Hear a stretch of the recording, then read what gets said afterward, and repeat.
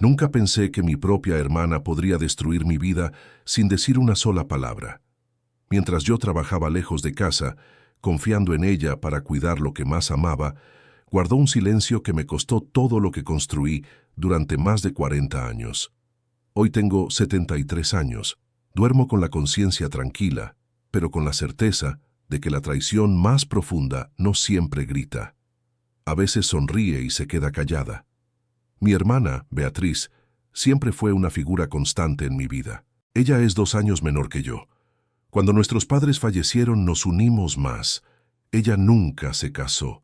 Vivía a unas cuantas calles de mi casa. Cuando yo estaba de viaje por trabajo, que era la mayor parte del tiempo, Beatriz se quedaba con Laura. Se hacían compañía. Para mí eso era un alivio inmenso.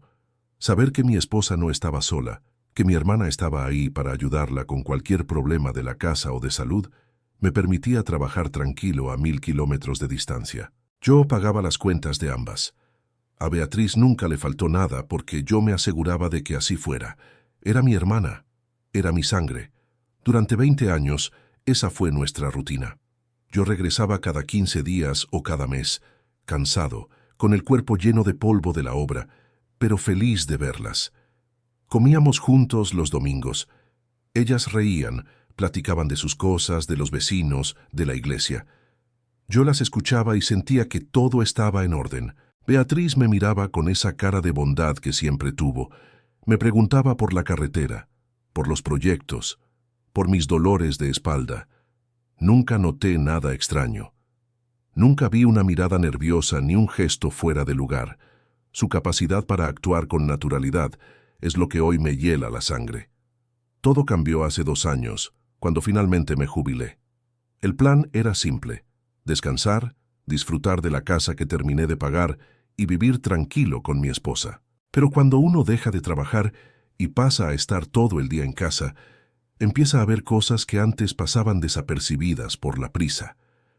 Empecé a notar silencios raros, llamadas telefónicas que se cortaban cuando yo entraba a la habitación, salidas de Laura que no tenían mucha explicación, supuestamente al mercado o al médico, que duraban horas. Beatriz venía a comer casi diario. Noté que entre ellas había una especie de lenguaje no verbal, miradas rápidas, gestos. Al principio pensé que eran cosas de mujeres, temas que no querían hablar frente a mí. No soy un hombre celoso por naturaleza, ni tampoco desconfiado. Pero la duda es como una humedad en la pared. Empieza pequeña, y si no la atiendes, pudre los cimientos. El incidente que detonó todo no fue un grito ni una pelea. Fue un documento, un simple papel del banco. Yo siempre había dejado que Laura manejara las cuentas de la casa. Yo depositaba mi sueldo íntegro en una cuenta mancomunada y ella administraba. Confiaba en ella ciegamente. Un martes por la mañana llegó un estado de cuenta que el cartero deslizó por debajo de la puerta. Laura no estaba. Había salido con Beatriz. Recogí el sobre y por pura curiosidad de jubilado que tiene mucho tiempo libre, lo abrí.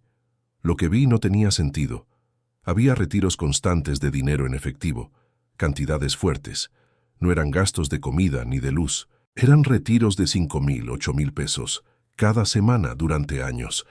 Me puse los lentes y busqué estados de cuenta anteriores en el despacho. No los encontré. Laura los guardaba, o eso creía yo. Busqué en los cajones, con calma, sin desordenar nada. En el fondo de un cajón bajo llave, cuya llave encontré en un costurero, hallé una carpeta azul. No solo estaban los estados de cuenta de los últimos 10 años, que mostraban un desfalco sistemático de mis ahorros. Había algo peor. Había escrituras de un terreno a nombre de Laura y de un hombre que yo no conocía, un tal Gustavo. La fecha de la compra era de hacía 15 años. 15 años. Hice cuentas mentales rápido. Ese terreno se compró en una época en la que yo trabajaba doble turno en una refinería para pagar la ampliación de nuestra casa. Me senté en el sillón. No sentí rabia en ese momento. Sentí frío, un frío seco en el pecho. Seguí revisando la carpeta. Encontré recibos de luz y agua de una propiedad que no era la mía, a nombre de ese hombre, pero pagados desde mi cuenta. Y entonces Encontré lo que me rompió por dentro. Una fotografía. Una foto vieja, de una fiesta familiar. Un cumpleaños de hace mucho tiempo. En la foto estábamos todos en el jardín. Estaba Laura, estaba yo, y al fondo, en una mesa, estaba mi hermana Beatriz riéndose con un hombre. Al darle la vuelta a la foto, alguien había escrito con tinta azul: Beatriz y Gustavo, 2008. Mi hermana conocía al hombre. Mi hermana conocía al dueño del terreno que mi esposa pagaba con mi dinero. Me quedé sentado en la sala, esperando a que llegaran. No me serví un trago. No encendí la televisión. Solo esperé. El silencio de la casa era absoluto. Cuando escuché la llave en la cerradura, miré el reloj. Eran las 2 de la tarde. Entraron riendo. Traían bolsas del supermercado.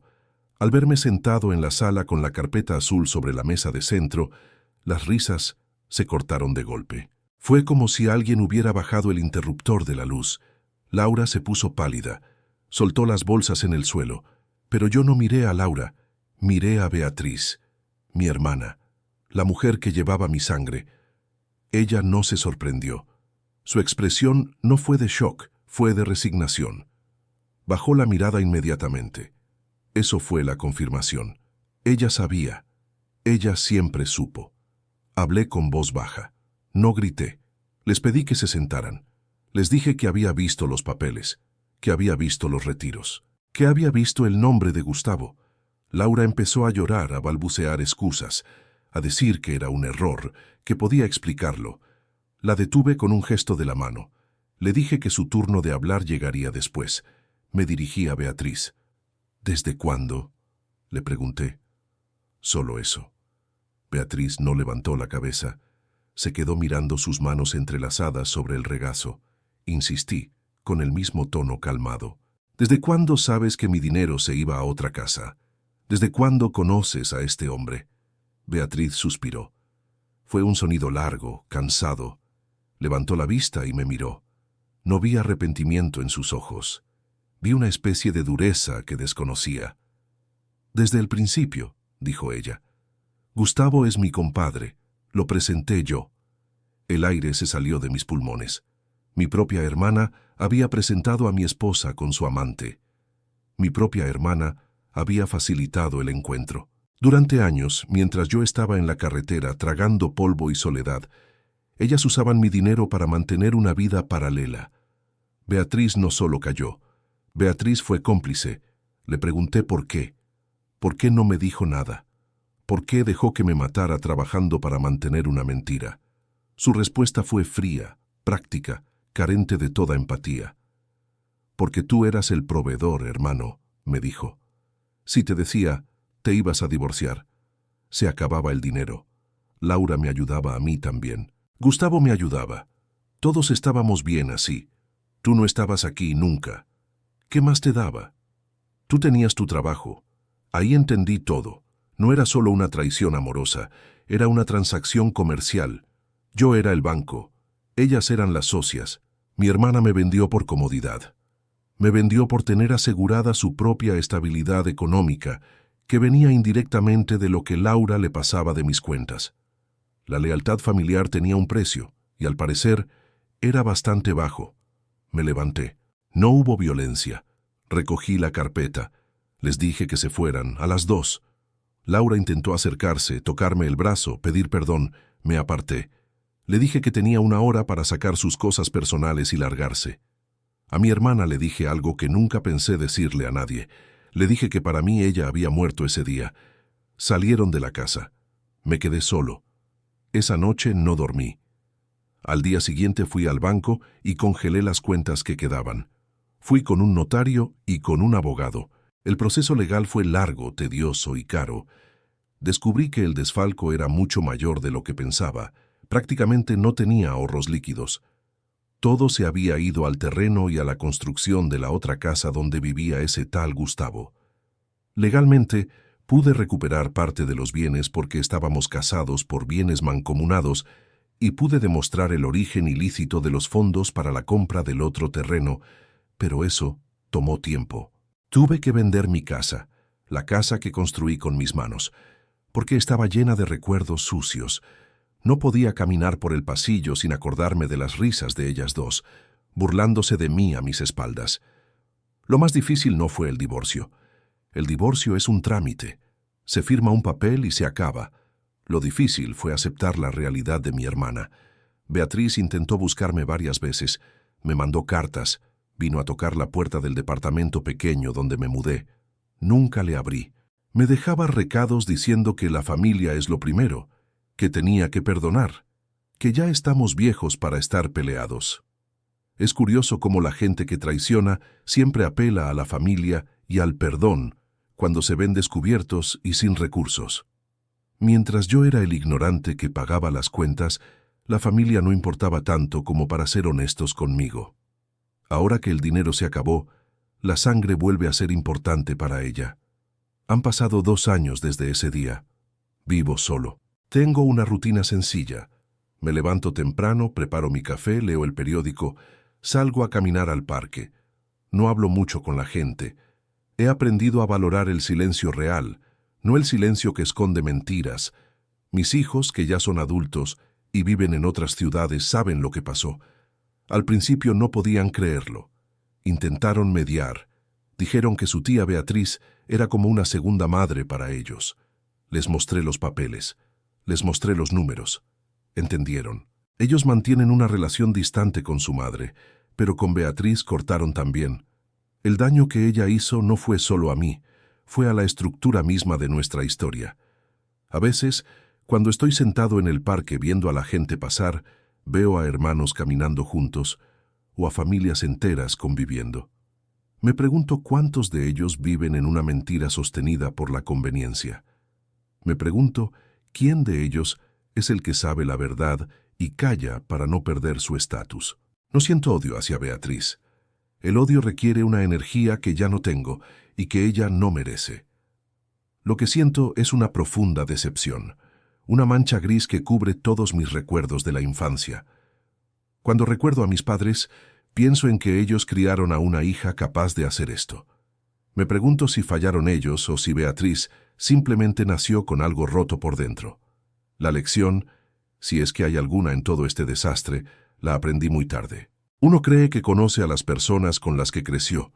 Uno cree que por haber compartido la misma mesa y el mismo techo durante la niñez, existe un código de honor inquebrantable.